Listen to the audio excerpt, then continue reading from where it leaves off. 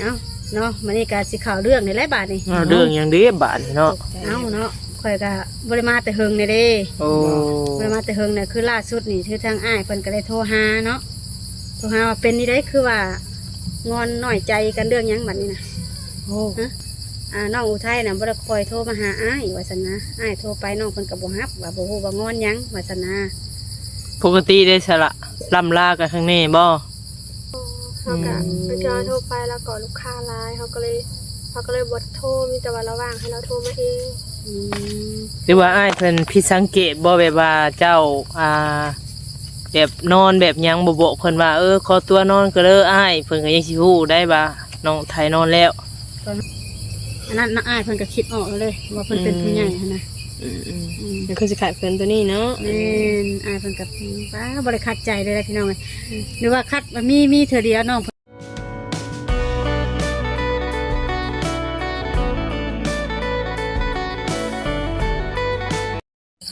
ครับทักทายสบายดี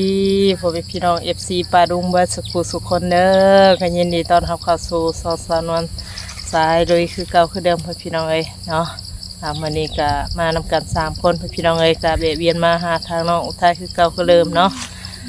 โอ้ลมดินน้ำน้องเพิ่นคือเก่าพ่อพี่น้องเอ้ยเฮ็ดจังไดเนาะมานำกันเป็นหมู่เป็นโคพ่อพี่น้องเอ้ยจังไรเนาะไปเบิ่งไปส้มไปโอ้ไปลมไปลินน้ำน้องเพิ่นเนาะพี่น้องเนาะโดยสบายดีทางเราสบายดีน้องไทยคนงามบ่ได้มาแต่โดนเลยมาเยี่ยมแต่เฮิงในไรเนาะงามกว่าเก่าเนาะมาบัดนี้เนาะโอ้บ่มันก็มีสีมีวัดแน่เนาะเด็บนางเอกบ่นี่ช่างกระดิกกระโดดเห็นงามกว่าไทยนั่นแหละเนาะติดเอาเองบ่ด้วยว่าในใดติดอยู่ห้างซื้อแล้วคุณติดให้เลยเท่าไหร่99,000100,000ด้วยนะเดือน1,000กีบ99ใส่เพิ่ม 1,000 ก็เป็น100,000เฮ็ดยังมันกินข้าวแล้วกินแล้วกินเฟอเอาคือกินแต่เช้าถ้ากินเฟอเพิ่นเปิดแต่เช้าบ่หรือว่าซื้อมาเฮ็ดกินเองเพิ่นเปิดแต่เช้าค่ะสั่งเอ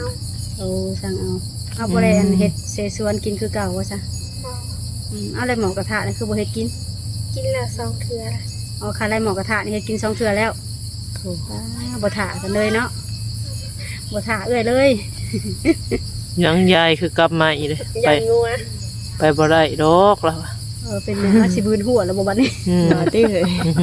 เราหอยถุงกาแฟแล้วเด้น่ะเราสิไปใส่น้องไสลงไปเล่นน้ำไม่เฒ่าคนเราขึ้นมาเฮือนเฮาแล้วหมู่เราเองนะแม่ไปเล่นน้ำเพื่อนอยู่ผู้เดียวก็มันก็เงาเนาะปิ่นหมู่ใครแน่พอได้บอกได้ว่ายังเนาะมีแต่ไปดินไปหัวนะจักสิไปใส่เราว่าก็ไปดินเราว่าเฮาลงไปส่งจะมาแล้วก็เลยลงเองไกลบ่ถ้าไปนะไม่หลุมหานขายหลุมดิหานขาลงไปนะมันก็บ่ได้ไกลบ่ได้ซะเนาะขี่รถไปส่งบ่ออกกำลังกายก็ว่าแหละให้อันยาได้ออกกำลังกายนี่เนาะแบบเฮานั่งแต่รถก็ยันแบบห่างกายเฮามันบ่ยืดเส้นยืดสายเด้ได้สังเกตมันออกได้เองนะเอ้าบ่แม่นว่าแล้วคือว่ามื้อนั้นก็คือว่าเจ็บท้องบ่เจ็บท้องก็เลยลงไปซื้อยาซื้อยามาให้เพิ่นกินติซื้อยามาแล้วบ่เห็นลาวลงไปนำเงินไม่เฒ่าว่าเมื่อแล้วเมื่อตะเวนลงไปหาอยู่เพื่อนหมู่เพิ่นพุเอาคือบ่พาไปกวดเบิ่งซะเราบ่ไปติกินยาแล้วเศร้าอยู่บ่ซะเนาะเศร้าใครอยู่ซะว่าง่ายก็แบบเฮาเจ็บท้องแบบบ่แม่นบ่ถึงขั้นว่าไปห้องหมอนะเนาะแบบยังนะเอายังมาเว้นคงดีบ่หากิ่งมาน่ะป้าจ้ะคงดีมีหน่อยแม่นแท้ๆนี่กิ่งมาใช้บ่ได้โอ้ยเลยนะมันว่าง่ายกับมันมีงัวเด้แถวเนาะพอแมงกุจีแล้วมันก็เป็นด้วงเห็นบ่ก็ไปเก็บกินเขาขุดเลยเขาขุดกิโลเนาะถืองูมันเห็นมันเป็นด้วงอันที่ว่าอันมันปั่นดินนี้มันเขี่ยไม้อยู่ไทยถอยหลังมาตึกจ้าไม่ว่าจะนวลเลย พอดีคำหนึ่งเลยได้ โอ้ยพี่น้องมาหา ค่อยคิดเห็น เล เลย ย มาบอกเรื่องนี้จะบ่ได้ คิดเห็นนางกระตุ้นนั่นแหละ โดยเนาะว่าง่ายก็ว่าน้องเป็นหัวเด้เนาะพี่น้องเลยหากระเฮ็ดกินสองเทื่อที่อันขาไล่หมอกระทะนะ แม่ เป็นนี่ได้คักอยู่บ่ โดย สัตว์ต้านนะ ได้กินแบบห่อนตลอดแล้วบัดนี้เนาะเลยพี่น้องกินเมดบ่เฮ็ดแต่ละเทื่อจ้ะ เฮ็ดพ่อแต่ว่ากินเบิด มื้อนี้ได้กะว่าสิเฮ็ดอยู่บ่เอ่ยมาเลยได้มื้อนี้ เอาพุ่นอ๋อมากินไก่มากินไก่ แท้เฮ้ย เห็นอะไรมันไม่เป็นไรให้เรานะ มันนะเขาพยายามมันครบ เอา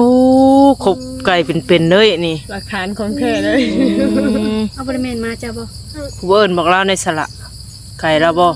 ไก่ไทยแหละ สูงใหญ่น้อยทำกา บ่ บ่ แม่นนะสะนาง มา เนาะ เขาออกไปรถแล้วเป็นอะไรตัวดำนะเขาออกนะ เปลี่ยนแล้ว ปากกระโตกมาใส่ยังพอได้นั่นใครกลัวได้นอกกันแบบนี้ แต่ลายได้กินไก่กินกาแบบนี้ พี่น้องกำลังเข้าไล่เข้าเค็มตกใจสาวนวลพี่น้อง มาคบไก่ กินไก่ มันกินไก่เขาออก เพราะว่าป้าไว้ก็ยันแบบว่าเสียเงินเสียคำเนาะเสียค่าไก่ค่ากาเพิ่นเอาแต่ยังคนยังบ่มีอยู่พี่น้องเลยโดยเอ้าเนาะมันนี่ก็สิข่าวเรื่องในหลายบาทนี่ เอาเรื่องอย่างนี้บาทเนาะ เอ้าเนาะข่อยก็บ่ได้มาแต่เฮิงเด้ โอ้ บ่ได้มาแต่เฮิงเนี่ยคือล่าสุดนี่คือทางอ้ายเพิ่นก็ได้โทรหาเนาะโทรหาว่าเป็นนี่ได้คือว่างอนน้อยใจกันเรื่องหยังบัดนี้นะ โอ้ บ่มี แม่นซั่นบ่บ่ได้ตัวเอ้ยบ่ บ่ เอาคืออ้ายแล้วว่า นะเขาโทรหาเรามันทิศนั่นเลยเขาโทรหาเราตอนหัวค่ำเลยแล้วบ่หับราคาเวียเขาก็เลย9 โมงแล้วเขาปิดเน็ตเขานอนทำหัวเราโทรมา แต่ตื่นสมาเขาก็ลุกแต่เช้านึงเขาเท่ากับไปใส่บาตร บ่พอดีอันคือทางอ้ายเพิ่นได้คุยกันกับเอ้ยเนาะเราว่าน้องอุทัยน่ะบ่ได้คอยโทรมาหาอ้ายว่าซั่นนะอ้ายโทรไปน้องเพิ่นก็บ่รับว่าบ่ฮู้ว่างอนหยังว่าซั่นนะ ปกติได้สละล่ำลากันข้างนี้บ่ ปกติเขาโทรไปเถื่อราคาเวียกเขาโทรแต่ซ้ายหนึ่ง2 ซ้ายเขาก็เลยยาเพราะว่าเถื่อราคาเวียกยาก็บ่ค่อยโทรนะ โอ้แต่ก็บ่ได้มีแบบการน้อยใจอิหยังกันติ บ่เขาก็เถื่อโทรไปแล้วก็ลูกค้าหลายเขาก็เลยบ่โทรมีแต่ว่าระว่างให้เราโทรมาเอง หรือว่าอ้ายเพิ่นผิดสังเกตบ่แบบว่าเจ้าแบบนอนแบบหยังบ่บอกเพิ่นว่าขอตัวนอนก็เด้ออ้ายเพิ่นก็ยังสิฮู้ได้ว่าน้องไทยนอนแล้ว ตอนเฮาสิปิดเน็ตก็แบบเฮาฝนตกเนาะเฮาก็ส่งเสียงหรือว่าเขียนข้อความไว้เนาะ แม่น เพราะว่าอ้ายเพิ่นอยู่ทางไกลอะนะ ยันเจ้าติดต่อบ่ได้เนาะต้องบอกได้ล่ะบางอาจบาง เพราะว่าอ้ายเพิ่นก็อยู่ไกลหั้นนะเนาะ ที่เราก็สิคิดว่ามีหยังไปบ่บอกบ่ลากันหั่นนะอย่าน้อยใจแบบว่าปกติคือแบบบอกหั่นนะเนาะแต่นี่อยู่ๆแบบหายไป ล่าสุดนี่ก็คือเราว่าน้องน่ะโทรบ่ค่อยติดแล้วก็น้องก็บ่ค่อยโทรหาสินะกับอ้ายบ่โทรกับน้องก็บ่ได้ค่อยโทรว่าซั่นนะแบบคล้ายๆแบบบ่อยากโทรบ่หรือว่าจะได้หั้นนะเราว่า ปกติแต่มีแต่ทางน้องไทยทางหาแบบนี้บ่ บ่ต้องเทื่อก็ส่วนหลายก็อ้ายเพิ่นโทรใน แบบว่าเปลี่ยนกันสินะสนวนแต่ว่าบัดช่วงหล่างมาบัดจะเงียบๆนะคันคือเราบ่โทรน้องกับบ่โทรแบบนี้นะ โอ้ แต่คอยน่ะคิดว่าเราน่ะคิดว่าย่าน้องอุทัยน้อยใจบ่เดี๋ยวแบบว่าหลักๆก็คือน้องน่ะส่วนหลายน่ะน้องสิแบบว่าไปดินข้างนอกไปดินหยังสินะเดี๋ยวเราบอกบ่อยากให้ไปบ่อยแล้วยันเราเบ้าลูกแล้วยันน้องน่ะน้อยใจบ่หรือว่าใดๆหั่นนะข้อยก็เลยมาถามเบิ่งเป็นอยู่บ่อีหล่ะมีอยู่บ่ บอกเถื่อโทรไปเลยแล้วว่าลูกค้าร้ายเถื่อเนาะเราก็เฮ็ดเวียกมือนะเขาโทรไปหาเราแล้วว่าลูกค้าร้ายแล้วว่าเราเฮ็ดเวียกอยู่เขาก็เลยบ่อยากโทรกวนเราเวลาเราเฮ็ดเวียกแบบเราว่างเลยอยากให้เราโทรมาเองค่ะนะ บ่แม่นหยังดอกเนาะเพราะว่าย่านอ้ายเพิ่นน่ะคิดร้ายเพราะว่าเราก็อยู่ไกลเนาะอีกอย่างก็เราว่าน้องนั่นออกไปข้างนอกเรื่อยก็คือการใช้จ่ายเงินเนาะเพื่อเราผากให้แบบนี้นะเดี๋ยวน้องไปซื้อกินบ่ซื้อหยังนี่นะเพื่อก็เราเว้าแบบนี้เดี๋ยวยันเราบอกน้องเรื่อยหรือว่าง่ายก็บอกด้วยความเป็นห่วงน่ะเนาะเดี๋ยวนี้เราย่านเจ้าน่ะคิดน้อยใจบ่คือบ่เห็นโทรเห็นหยังไว้นี่นะเราก็เลยมาอธิบายให้ค่อยหรือว่าเล่าให้ฟัง เอาผลิตเนี่ยมันคืนนี่บ่น้อง บอกไปแต่กลางเวร ไปกลางเวรแบบนี้นะอ้าย บ่อยากให้ไปบ่อยสินะเพราะว่าเราออกไปข้างนอกมันก็ต้องการใช้จ่ายเนาะ แม่น จะเป็นได้คือล่าสุดนี่คือว่าเขาเมดบ่ ข้าวเจ้าเบิด เจ้าเบิดเป็นได้ซื้อแล้ว ซื้อแล้ว10 โล โอ้ กินข้าวเจ้าบ่ ข้าวเหนียวกะเฮาฮู้ไว้กะคนกับบหลายหั่นนะ อืม ถ้านึ่งไว้แล้วก็มันก็ซื้อ อืม ถิ่นซื่อๆก็เลยได้หุงข้าวกินหุงเทอละน้อย เป็นเพิ่นน้อยเนาะพอบัดนี้ซื้อมาแล้วโอ้คือว่าอ้ายเพิ่นฝากมาให้ซื้อแม่นบ่ แม่ถ้าก็เป็นที่หุงกินวานนี่ก็ซื้อยาเลย เพิ่นฝากมาให้เท่าไรล่ะ 3,500 3,500 อืม โอ้ก็คือว่าคำว่า3,500นี่ก็จะซื้อข้าวเบิดไปเท่าไรบัดนี้ ซื้อข้าวซื้อของกินแล้วก็เฮาก็ไปเปลี่ยนยางฟันวานนี้500,000 อืม ก็ตกอยู่2 ล้านกว่าเนาะ โอ้แล้วนี่ก็ยังเดืออยู่แต่บ่หลาย แม่นเดือนมากะเดือนมา7,500,000เฮาก็ให้อะไม่เฒ่าเอาจ่ายค่าโทรทัศน์500,000 โอ้ เฮาก็เอาไว้2,500,000 โอ้ก็คือโทรทัศน์นี่ก็ยังพรบ่ได้หมด แม่น ยังจักเดือนนะ ยังจะเดือนนี่ล่ะ ทั้ง7 เดือน ยังหลายเติบเลย เดือน6 เดือนนี่แหละเดือนเมื่อกี้นี่ก็เอาไปแล้ว ผ่อนเดือนเท่าไหร่ฮะน้อง เดือนหนึง500,000 แพงในสมองเว้ย เนาะ ผ่อนดังผ่อนก่อนหน้านี้บ่หรือว่าผ่อนตอน ผ่อนรายเดือนได้แม่นบ่น้องชาย โทรทัศน์น่ะพรก่อนจะคบกับอ้ายเพิ่น ก่อนก่อน พรก่อนแล้วนี่เพิ่นก็คือว่าแหละก็ใช้จ่ายน้องก็หลายเนาะแล้ววันนี้ก็ทางอ้ายเพิ่นก็ฝากให้เรื่อยอยู่เนาะอีหล่ะเนาะแต่ก็คือว่าแหละการใช้จ่ายน้องบัดหลายหั้นนะ จักปีก็โทรทัศน์เจ้าละบางดาวนะ จะปีนะ ปีหนึ่งกับ5 เดือน อันนี้เจ้าคูณเบิ่งบัดนี่เดือนหนึง500,000ตกเท่าไหร่ มันก็หลายเติบเนาะ โอ้ทางที่ดีซื้อสดยังดีกว่าอย่าโลดเป็นบทเรียนบัดนี้เนาะ แม่แล้วเรามาเราก็เลยดาวเอา โอ้แม่เป็นคนดาว ที่จริงดาวก็บริดาวดอก แล้วเราอันโอนมาให้อยู่ว่าสังเงิน ก็โอนมาก็ นานๆทีบ่ แม่บ่ต้องโอนเทื่อ โอนมา มาสั่งภาระไว้ให้ ภาระเพิ่มบุไทย ว่าง่ายๆก็คือน้องคนนี้คำว่าบ่มีแบบการแบบว่ามีอ้ายที่เพิ่นที่น้องคบอยู่ในตอนนี้เนาะถ้ามีอ้ายเพิ่นนี่เจ้าคิดว่าอนาคตเจะเป็นเวลาคือเครื่องในเรือนในซานมีแต่แนวดาวสิดอดอยู่บ่ ให้เทื่อตอนบ่มีอ้ายแล้วเขามาก็มีแต่ดาวเราจ่ายเด้ กระจายให้แต่เดี๋ยวนี้ก็มันก็เข้ากระจาย แล้วนี่เงินเดือนละบ่าวก็พอแต่ซ้ำนั่นเนาะจังอะไรสิกินจังอะไรสิอยู่พี่น้องเลยบัดดาวโทรศัพท์โทรทัศน์นี่ถ้าพุ่นข้าวไฟแม่นบ่ นั่งเถื่อบัดมือนะเขากะมีกะ700,000เพิ่นมาเก็บกระทันหันเขาก็ให้ อืม เพิ่นมาแบบบ่ได้บอกนะเถื่อเพิ่นก็โทรหาเขาก่อน อืม เถื่อเพิ่นก็บ่ได้โทร แล้ววันนี้ก็คือหลังจากที่ว่าได้กู้กับอ้ายเพิ่นอีกอ้ายเพิ่นก็ซอยเรือมากก็ถือว่าหลายอยู่แล้วพี่น้องเนาะก็ถือว่าแบ่งเบาภาระครอบครัวน้องอีก เพิ่นโอนให้ตลอดเนาะ เนาะ ซอยตลอด ถือว่าซอยตลอดพี่น้องเลย เดือนนี้เพิ่นยังบ่ได้มาเก็บเพราะว่าเพิ่นสิมาเก็บมือใด อืม ก็เลยเอาไว้เพิ่นไม่เฒ่า ก็คือเก็บไว้ก่อนเงินน่ะเนาะโดยพี่น้องเลย เถื่อเพิ่นมาก็บ่ตรงเดือนเถื่อก็20ปลาย10ปลายพุ่นละเถื่อเพิ่นไปเก็บบนอื่นนำ มาแล้วก็แล้วแต่เพิ่นสะดวก แม่น แบบนี้เอ้ยสิถามเนาะแม่เนาะตอนนี้ในใจเจ้าตอนนี้นะ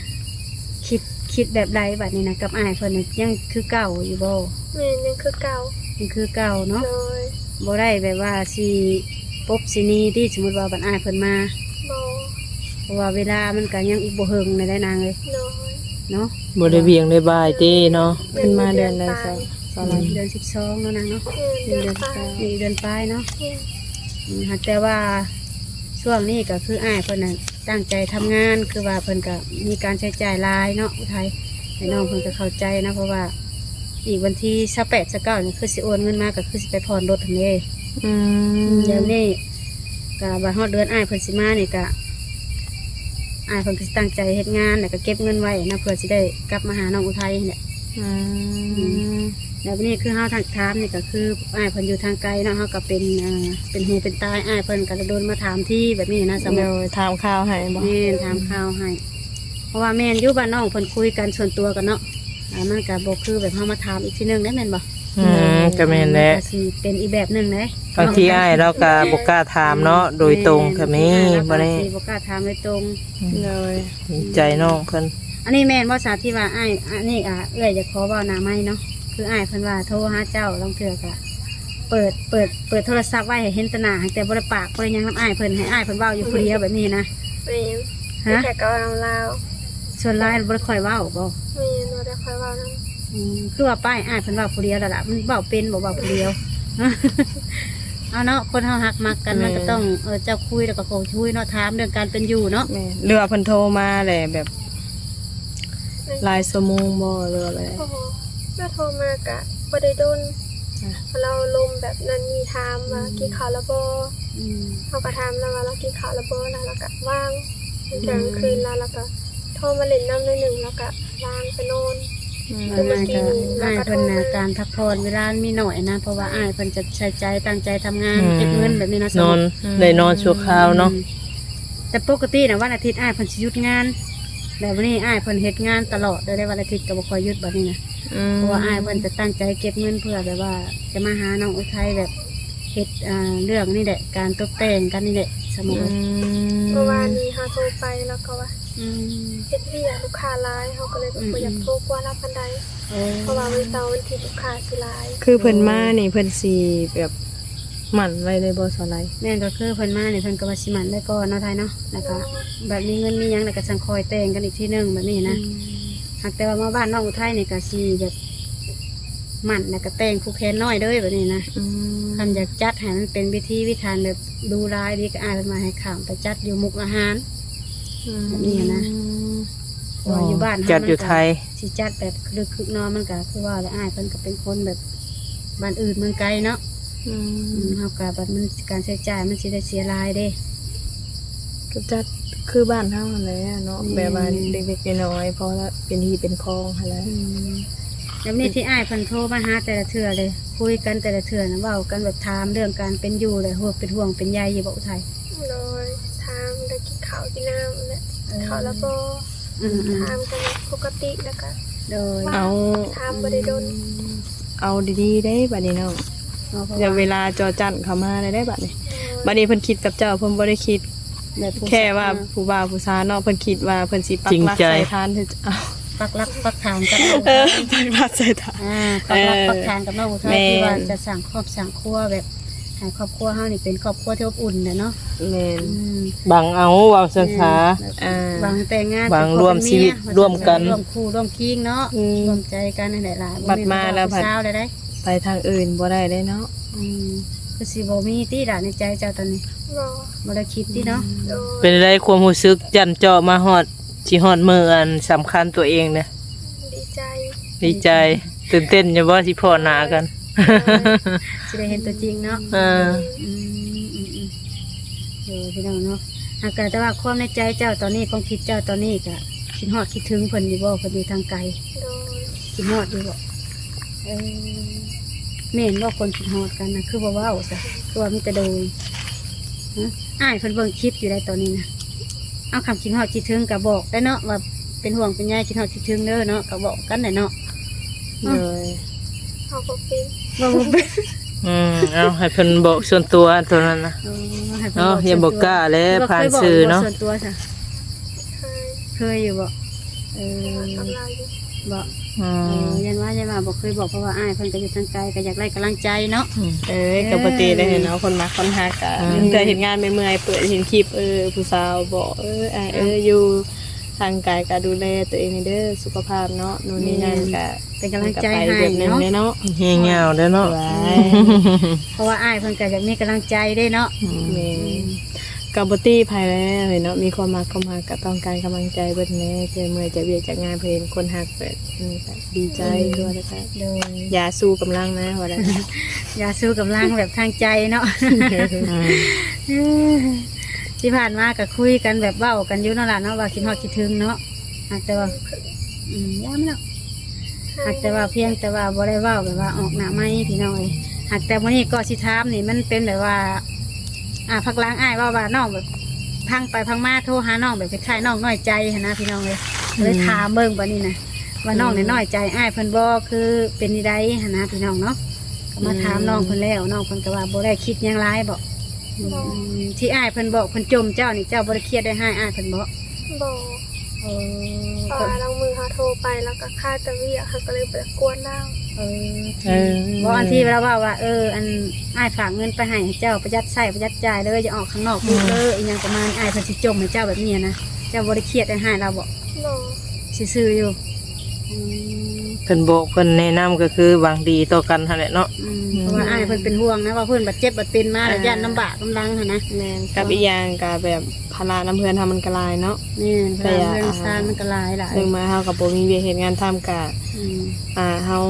อาศัยแต่ทางอ้ายเพิ่นซอยเนาะเฮาก็อยากเซฟโซนนํตัว นี่ นี้ เฮาก็อยากแบบ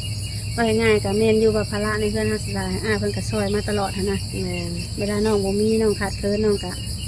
ไปคุยนำอ้ายเพิ่นเนาะ อืม ถึงน้องสิบ่ได้แบบเว้าตรงหาเว้าทางอันเว้าแบบอันนั้นน้าอ้ายเพิ่นก็คิดออกเลย ว่าเพิ่นเป็นผู้ใหญ่หั่นนะ เดี๋ยวคือสิขาดเพิ่นตัวนี้เนาะ แม่นอ้ายเพิ่นก็ป้าบ่ได้คัดใจเลยนะพี่น้องเอ้ยหรือว่าคัดมีเทื่อเดียวน้องเพิ่นอ้ายเพิ่นว่าคัดใจเทื่อเดียวคัดใจว่าเอาเงินน้ำยายก่อนเด้ออ้ายบ่มีเวลาอหยังประมาณนี้แหละเราก็คิดว่าน้อยใจบ่อุทัยสั่งอันบ่โทรหาแบบนี้เห็นนะ เป็นอย่าง มี ต้องหรอกเดี๋ยวมันก็สิตอดเจ้าต่อยปล่อยมันตายแล้วมันจะต้องมันตอดแล้วนะฮะ เอาดีใจน้ำเด้อไทยเด้อเนาะมักฮักทางอ้ายเพิ่นแท้จริงเพิ่นพี่น้องเอ้ยอย่า อันนี้ จาก จะ ใจ โดนมาหาพี่น้องเนาะแล้วก็ทำข่าวที่เกี่ยวกับเรื่องความหักของน้องชายเนาะ โดย หักพี่น้อยคิดถึงเพิ่นคืออยู่เนาะพี่น้อยคิดถึงอยู่ เมื่อกี้มีการลมหากันแล้ว บ่ลมเรานะ แม่ เราไปนอนบ่แต่เวลานี่เรานอนหรอวะ เขาโทรมาให้เฮาโทรมาลินแล้วก็นอน บ่โอ้ก่อนสินอนโทรหาลูกหาเมียก่อน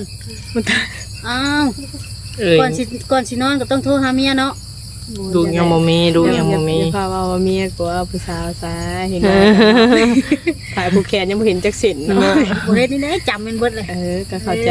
เนาะแต่ว่ามันยังนี่เด้ยังบ่เป็นหีเป็นคองเด้ ให้มันคงก่อนบ่ เพิ่นยังบ่ทันเอิ้นผัวเมียก็ยังบ่เห็นหีเห็นคองเพิ่นว่า บ่ได้หากแต่อ้ายเพิ่นคิดได้ตอนนี้นะ คิดได้ในใจแต่บ่ให้เปิดเผยคิดได้แต่บ่ให้เปิดเผย เป็นยังเนาะก็เรื่องมันไปได้ได้สั่ง เอา เคยไปได้ได้พี่น้องเลย ถ้าเว้าไปแล้วยันมีแนวผิดพลาดบัดเอาเด้อเนาะคำเว้าเฮาบ่ตรงเด้ อนาคตหั่นแหละ อยู่ในใจว่าซั่น ยันแต่อายเพิ่นคิดแบบเป็นลูกเป็นเมียภายเดียวนะ